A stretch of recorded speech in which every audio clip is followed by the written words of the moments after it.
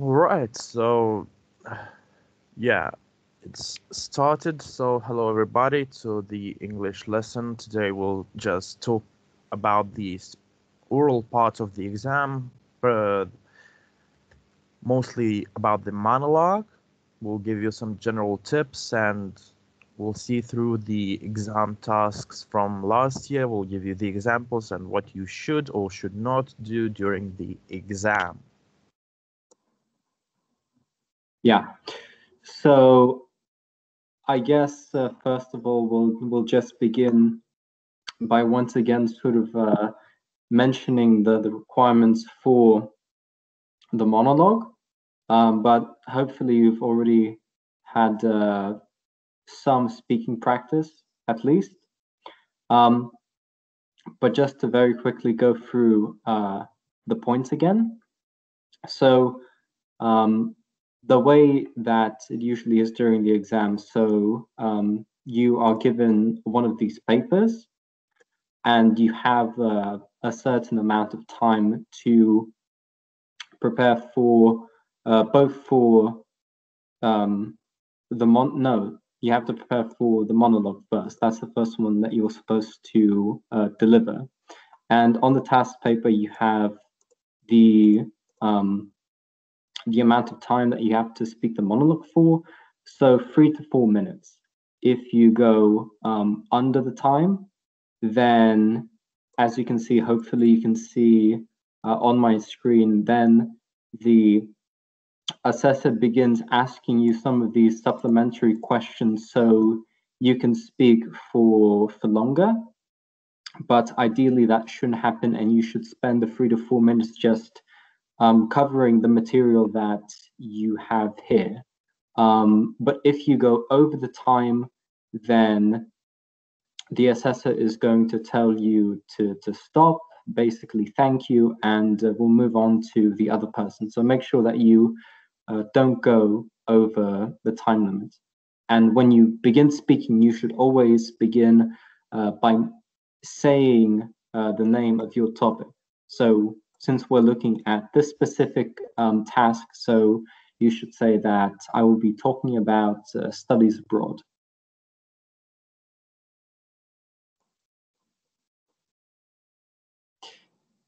Yes. So, go on. Okay, so I sort of lost track what you mentioned last, but for me, the main tip that I would give the students what I did was try to relax and not to worry too much about the whole speaking part. The best way to deliver the monologue itself is be concise, be don't speak out of term, and just try to mention as many facts as you know considering the topic, and uh, try to stick to the theme, because 3 to 4 minutes may seem like a long amount of time for a lot of people, but it actually isn't. So even if you make those little pauses or just think for yourself during the speaking part, you'll just run out of time basically. So be concise, make always try to make the end part, um, try to summarize everything, give good arguments you can always write on the paper itself. So where there are the questions on the paper, just try to write some quick notes for yourself that you would like to mention and you wouldn't want to forget. So yeah. Yeah. Also, if you can, it would be great if you had some sort of a time measuring device. So either a watch.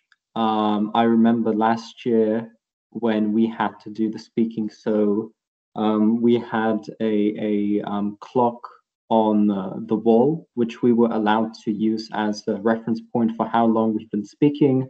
Although ideally you want to have a watch so you have some sort of idea of how quickly you're going and whether you need to slow down, whether you need to sort of pick up the pace and cover more points.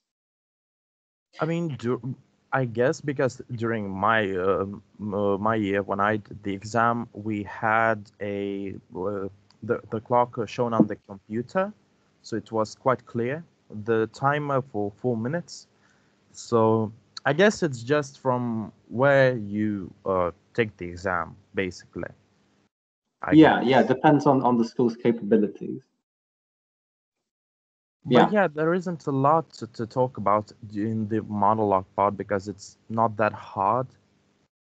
Again, there are just main tips that you can use.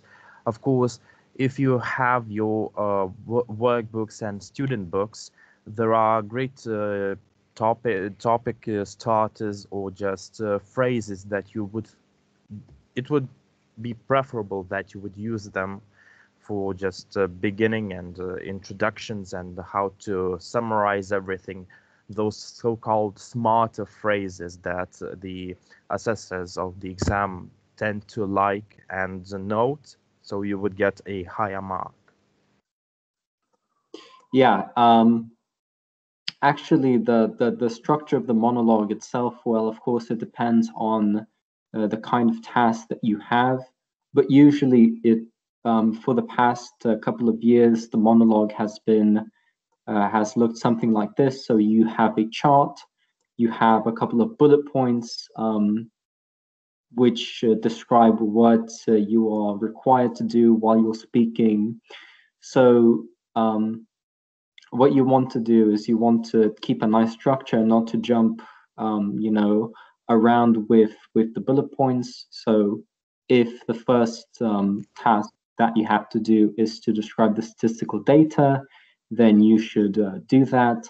And another useful tip that we can give you is that, as my colleague mentioned, use smart, sophisticated language if possible, but also don't be afraid of using linking words, because um, they shouldn't be used only for writing, but especially when you're speaking, doing the speaking task and the monologue, you should be using linking words, or um, not even linking words, but you should be doing this thing that we call signposting. So if you look at the second task here, so for instance, um, it says, it's asked, would you like to study in the United States? Why not? Give at least two reasons.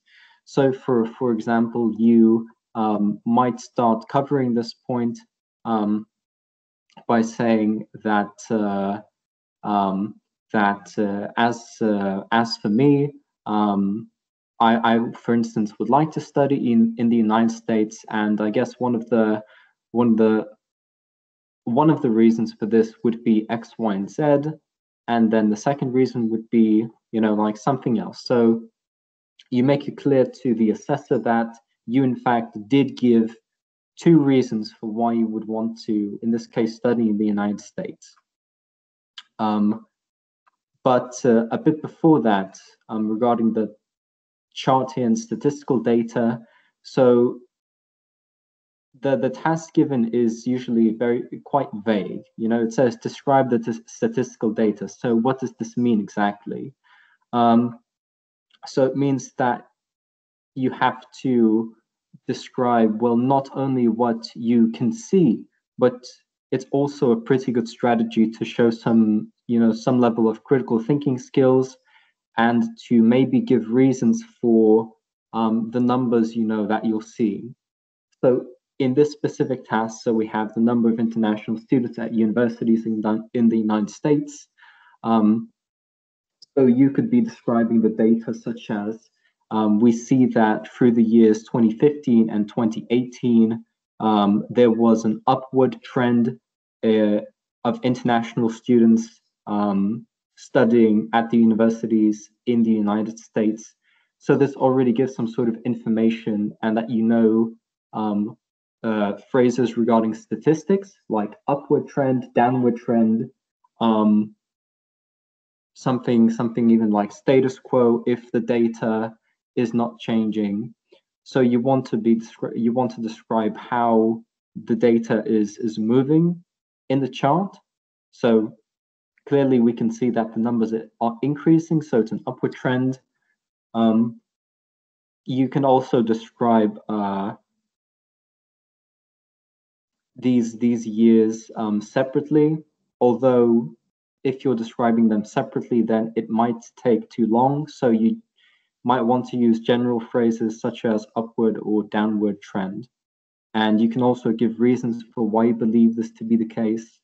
So in this task, you could say something like, well, as the years go by and as the world becomes increasingly more globalized, universities keep trying to make the environment for international students better, and they try to attract these international students for X, Y, and Z reasons.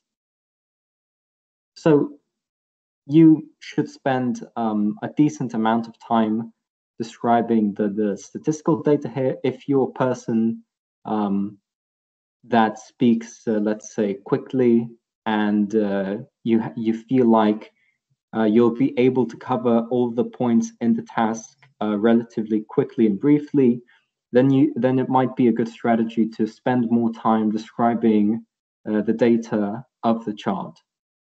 Yeah, but this is something that should be covered, and generally assessors quite like it when you not only describe what you see, but you also give some sort of possible explanations for why the data is as it is. Yes, and well, I guess what I would like to add, of course, would be that when you are speaking, and I think what I would like to say that you don't need to keep direct eye contact with either your partner or the assessors, but it would be nice for you to sort of interact with them in a way that you would that they would notice, because that adds extra, that little oomph to the whole monologue part, and it makes you more likable. And of course, one assessor will, one jury, I guess, teacher will be listening the recording of the monologue, if I'm not mistaken, if that's still a thing. So yeah, try to speak clearly. If you mush up the words, or you think that you've done some, I don't know, grammatical mistakes while speaking, sort of stop, correct yourself, and then go on. Don't fluster, don't try to, I don't know, mumble anything, because then the recording will be mumbled, and that will cost you some points maybe on your final mark. So try to be concise, try to speak clearly, and try to interact a bit, not only with the information provided, but also give your own. Don't be afraid to give your own opinion, because most of these statistics are kind of random, and so just talk about almost anything you like. Just try to keep it up on the theme, and that would, because your own opinion doesn't influence the mark. What influences the mark is how you speak, how long do you speak, and do you make any grammatical mistakes, or just are you coherent at all? And do you understand what the task is, what you are being asked of in the task, not on the whole, on your opinion, or just what you say, if I'm clear. Yeah, that's actually a really good point you mentioned, that I also want to touch upon, that you don't have to basically give, factually accurate answers to the questions in the task. As my colleague mentioned, it's just your opinion, you're stating your opinion.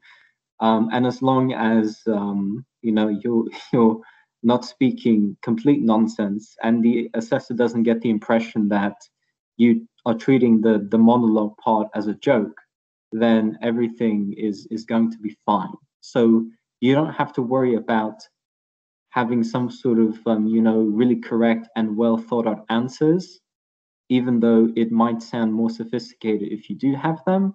But as long as you're speaking, constructing sentences that are grammatically correct, and you're overall coherent and clear, then the answers that you give will be just enough.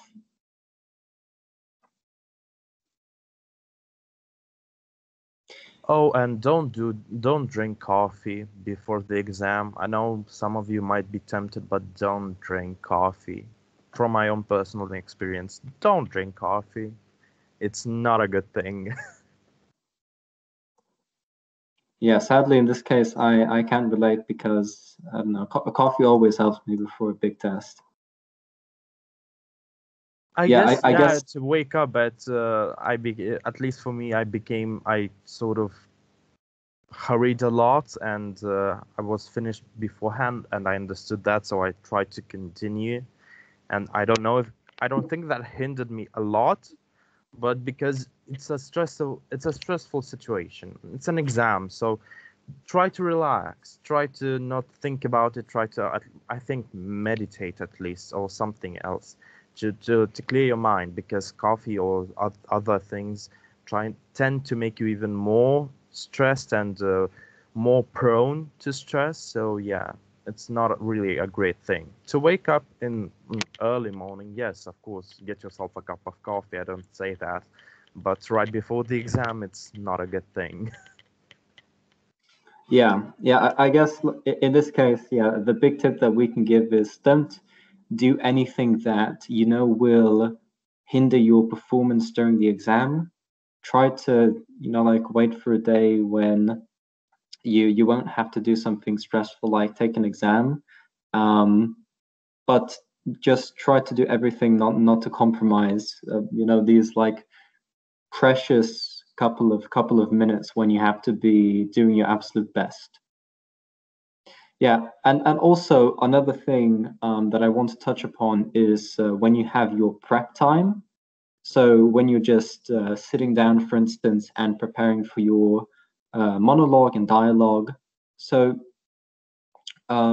make sure to employ strategies such as brainstorming. So basically, if you're let's say preparing for the monologue, then even though it might seem like you can come up with the answers to all of these questions on the spot, it's always better to just write them out first so you see them. And when you write them out, so well, when you write them down, you have a greater chance of just processing all this information and remembering it when you actually have to speak. So make sure to write down a lot of ideas on all these different points. Well, as many ideas as you think are necessary. And afterwards, just leave all of the best ones, and you'll be pretty much prepared to deliver the monologue. Yes, because this is not the Lithuanian speaking part. You don't have to memorize everything. You can read out the questions for yourself or the information that you've written during the preparation period. Of course, you cannot be looking all the time into the paper and just reading, but still you can sort of clock everything. And yeah. Yeah. Another thing that is not necessarily related to, well, not directly related to the monologue task itself, but it's especially, I think, relevant, is to really listen carefully to what your instructors are telling you. Because especially during the monologue and the dialogue tasks, there are certain things that you're going to have to do. For instance, you will have your own code that you will have to say, for instance, before the monologue.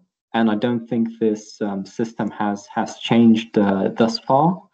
So just as a general tip, make sure to listen and to pay close attention to what the instructors are telling you, so that you don't accidentally make a silly mistake and cost everyone a lot of, like, well, not money, but just in general time and nerves. So be prepared to pay attention and to, do a couple of things that will require some level of attention and remembering. I guess that's about it. I don't really know. I think I think most students are prepared for the monologue part, at least for the speaking part of the exams. It's not that hard. Everything will be fine. Don't worry. It's not gonna be the end of the world. It's only 25% of the exam. And even then, most of the teachers are quite lenient towards you speaking because they understand that it's public speaking is one of the greater fears for a lot of students, not only students, for people in general. So again, try to have a good time, try to relax, try to, I don't know, be concise and just do your best. I know you will. So yeah. Yeah, the only thing that is really chance-based and luck-based during the speaking task is, well, the actual task that you get. Some tasks are easier, some are not exactly difficult, but more clunky to approach. So, for instance, studies abroad, it's a topic that's been covered a million times already, and I'm sure you already know how to answer questions like what character traits are important for a person who tends to study or work abroad. So, I mean, you have like character traits like self-dependence, um, dedication, bravery, and so on, and you can definitely comment on it. But let's say, okay, using internet isn't that interesting. But let's say you have, this is actually coincidentally the topic that I got during last year's exam, and I had to speak about films and the number of feature films produced in Lithuania. So when I got this topic, it was by far one of the weirdest topics that I've ever seen, and I was really brainstorming like how to even approach the chart itself, because the questions, if we look at them really quickly, so watch films at home or in the cinema, really easy question. Watching films in English, also a very easy question, but just describing the chart, so we know that it's a bar chart, a vertical one. That much is evident when we look at it. But when it comes to commenting something, deeper about the data itself, so you really have to think. So you might comment on the number. Well, my strategy was approaching the number of films themselves and commenting on the quality of Lithuanian films, why Lithuania doesn't really produce that many films in general. Just talking about the film industry a bit, because I mean, it is related to the numbers that we're seeing right here. So this was my way of getting out of this, situation, because the topic is like, the statistics themselves are like quite confusing if you just like look at them. But if you just take a breath and think of some clever way to describe the data and get out of the situation, then it all ends up being fine.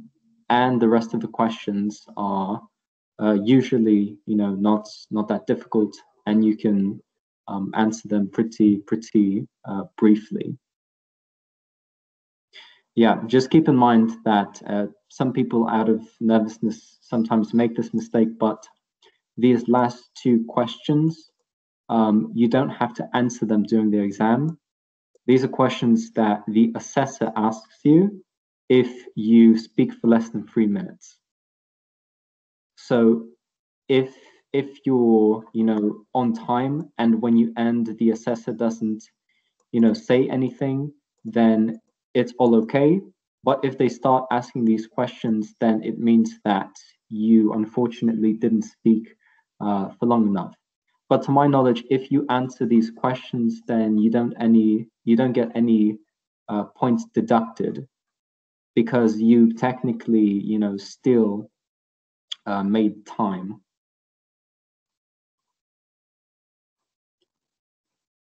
Yeah.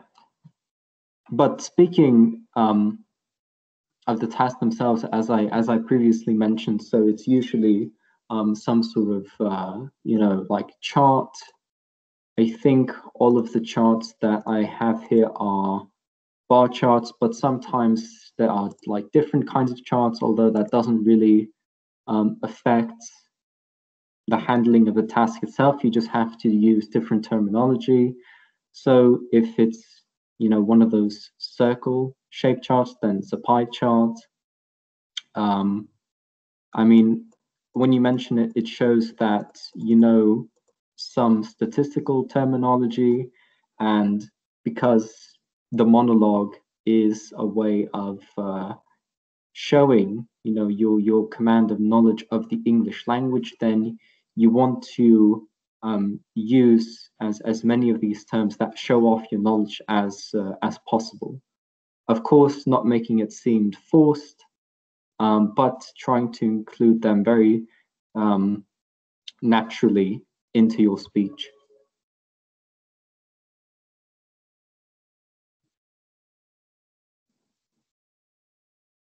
I guess that's it. I really don't know what else to add. Yeah, hopefully hopefully this year will be no different, and there will be bar charts again. Well, charts in general, but some of the other years students had to describe pictures, I think. Yeah, there And have been pictures and small pieces of text. oh yeah, small piece of text where you had to like summarize the information and so on. But for the past couple of years, there haven't been any tasks like that, and we don't think that's going to change this year. I mean, it's always possible, but it's a bit unlikely in my opinion. So this is what we're, sort of sticking with. But of course, you have plenty of time before your exam to take a look at the tasks of previous years on the nets. And if you want to practice describing pictures, then you can do that. If you want to practice with delivering the monologue when you have to summarize a short piece of text, then you may do that as well. The tasks themselves, apart from describing pictures and charts and text, they aren't that much different. The only thing that would be different is instead of a chart, you will have a picture of text, but the questions themselves, they would still be pretty much the same.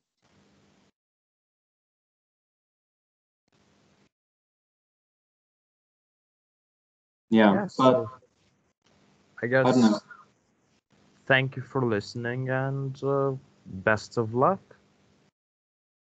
Yeah, best of luck during the monologue.